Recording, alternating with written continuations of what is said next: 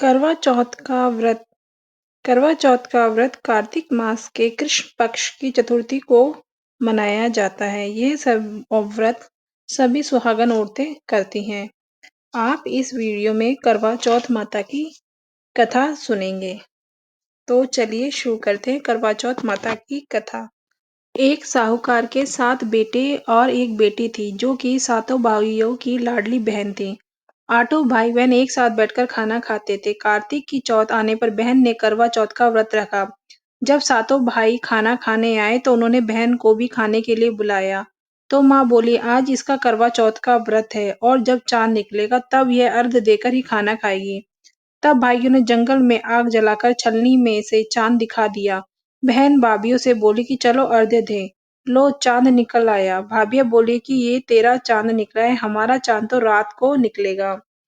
बहन चांद को अर्घ्य देकर भाइयों के साथ खाने बैठ गई। पहला टुकड़ा तोड़ा, बाल निकला। दूसरा टुकड़ा तोड़ा, चीख मारी। तीसरा टुकड़ा तोड़ा तो राजा के घर से बुलावा आया कि राजा का लड़का बीमार है, जल्दी भेजो। माँ ने लड़की के पहनने के कपड़े निकाले तो 3 बार बक्सा खोला, तीनों बार सफेद कपड़े निकले। तब माँ ने वही कपड़े पहनाकर ससुराल भेज दिया। लड़की की साड़ी के पल्ले में एक सोने का सिक्का बांधकर माँ ने कहा, रास्ते में जो भी मिले सबके पैर पड़ती जाना। जो तुझे सुहाग का आशीष देवे उसे ही यह सिक्का देकर अपने पल्ले में गांठ लगा लेना।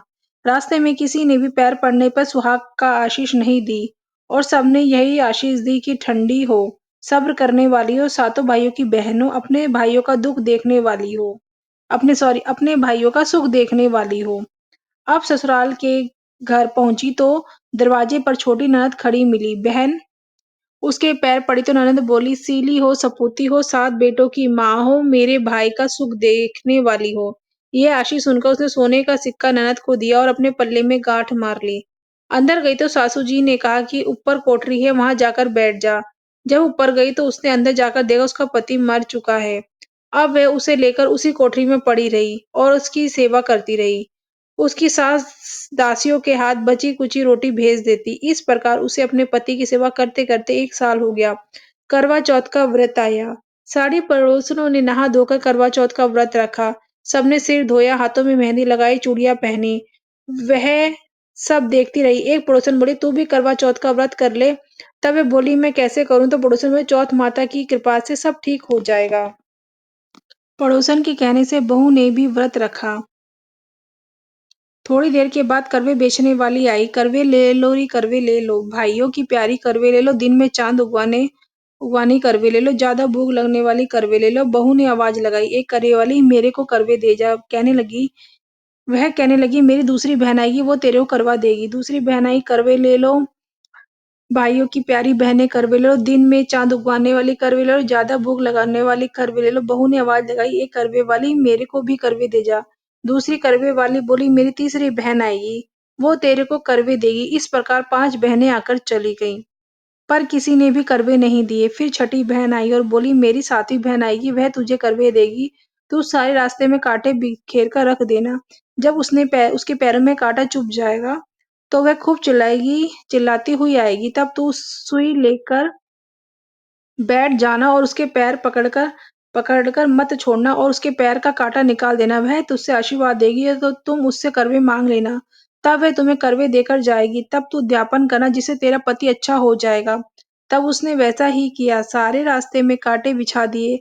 जब 7वीं बहन करवे लेकर आई तो पाँव में कांटा चुभने के दर्द से खूब चिल्लाती हुई ओ आई तो उसने उसका पैर पकड़कर छोड़ा नहीं और उसका कांटा निकाल दिया।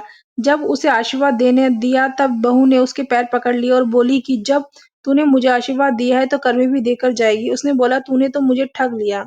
यह कहकर चौथ माता ने उसे आंख में से काजल, नाखूनों पर से हथेली, नाखूनों पर से मेहंदी, मांग में से सिंदूर और चितली अंगूठी का छींटा और साथ ही करवे भी दे दिए।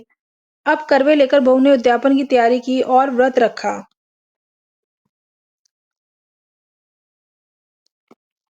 अब करवे लेकर बहू ने उद्यापन की तैयारी की और व्रत रखा। राजा का लड़का ठीक हो गया और बोला, मैं बहुत सोया। वह बोली, सोए नहीं, 12 महीने हो गए आपकी सेवा करते करते। कार्तिक की चौथ माता ने सुहाग दिया है। उसका पति बोला कि चौथ माता का उद्यापन करो। अब उसने चौथ माता की कहानी सुनी, उद्यापन कर खूब सारा चूरमा बनाया और जिमकर वे दोनों चौपड़ खेलने लग गए। इतने में उसकी बांधी तेल की बनी पूरी सब्जी लेकर आ गई। दोनों को खेलते देखकर सासू से जाकर बोली, महलों में खूब रौनक है, तुम्हारे बेटे बहू चौपड़ सार खेल रहे हैं। इतनी सुनकर सासू देखने आई, दोनों को देखकर बहुत खुश हो गई।